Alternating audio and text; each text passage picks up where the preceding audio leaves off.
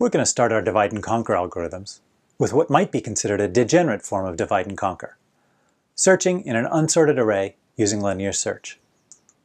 Here's an example of an array. To find a particular element of the array, we look at the first element. If it's not there, we look at the second element. We continue until we either find the element we're interested in or until we reach the end of the array. This same type of search is also used if your elements are stored in a linked list. Let me describe a real-life use of linear search. 20 years ago, I did consulting for a company developing software for one of the first handheld computers, the Apple Newton. The application translated words between any two of the languages English, French, Italian, German, or Spanish.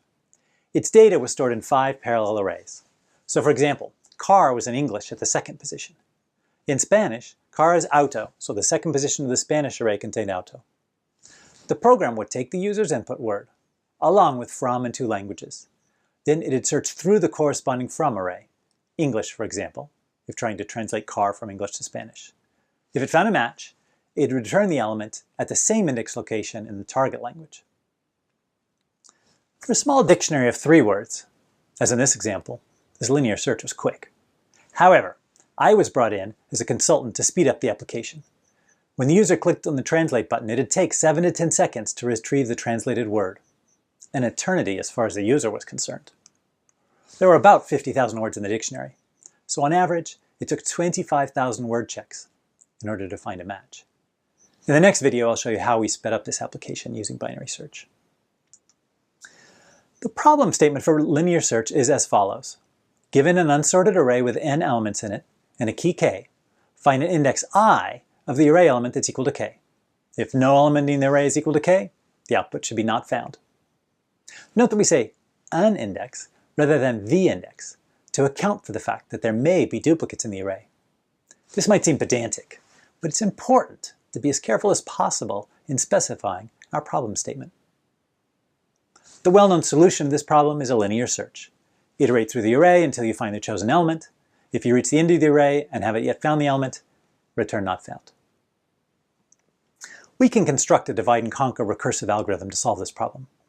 Our recursive function will take 4 parameters. A, the array of values. Low, the lower bound of the array in which to search. High, the upper bound of the array in which to search. And k, the key for which to search. It'll return either an index in the range low to high, if it finds a matching value, or not found, if it finds no such match. As with all recursive solutions, we'll need to accurately handle a base case. In particular, base cases for this problem will be either being given an empty array, or finding a match in the first element. The subproblem is to search through the subarray constructed by skipping the first element. We'll recursively search through that smaller subarray and then just return the result of the recursive search. Although this is a recursive routine that breaks the problem into smaller problems, some would argue that this shouldn't be called divide and conquer. They would claim that a divide and conquer algorithm should divide the problem into a smaller subproblem, where the smaller subproblem is some constant fraction of the original problem. In this case, the subproblem isn't 50% or 80% or even 95% of the original problem size. Instead, it's just one smaller than the original problem size. I don't know. Maybe we should call this algorithm subtract and conquer rather than divide and conquer. In order to examine the runtime of a recursive algorithm, it's often useful to define the time that the algorithm takes in the form of a recurrence relation.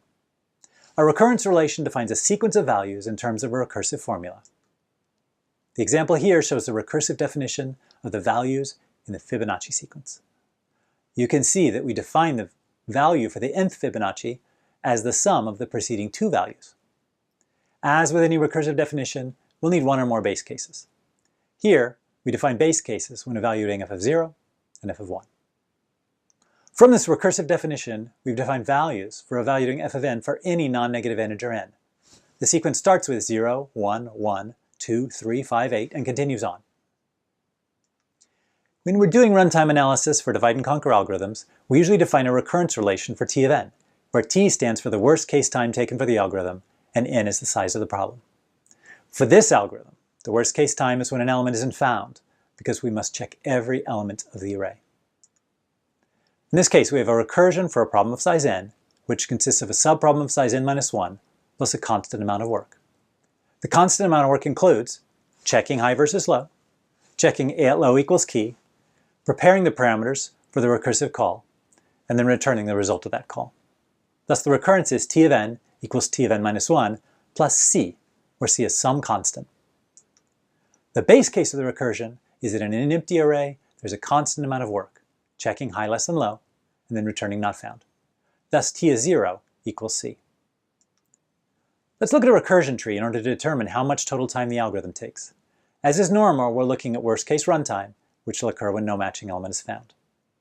In a recursion tree, we show the problem along with the size of the problem. We see that we have an original problem of size n, which then generates a subproblem of size n minus 1, and so on, all the way down to a subproblem of size 0, an empty array. The work column shows the amount of work that's done at each level. We have a constant amount of work at each level, which we represent by c, a constant. Alternatively, we could have represented this constant amount of work with big theta of 1. The total work is just the sum of the work done at each level. That's a summation from 0 to n of a constant c, which is n plus 1 times c, or just big theta of n. This analysis seems overly complicated for such a simple result. We already know that searching through n elements of the array will take big theta of n time. However, this method of recurrence analysis will become more useful as we analyze more complicated divide and conquer algorithms. Many times a recursive algorithm is translated into an iterative one. Here we've done that for the linear search. We search through the elements of array A from index low to index high. If we find a match, we return the associated index. If not, we return not found. To summarize, what we've done is 1. Create a recursive solution. 2. Define a corresponding recurrence relation t.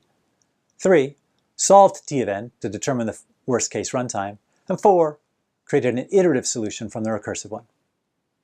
What you've seen in this video then is an example of a trivial use of our divide and conquer technique in order to do linear search. In our next video, we'll look at a non-trivial use of the divide and conquer technique for searching in a sorted array, the well-known binary search.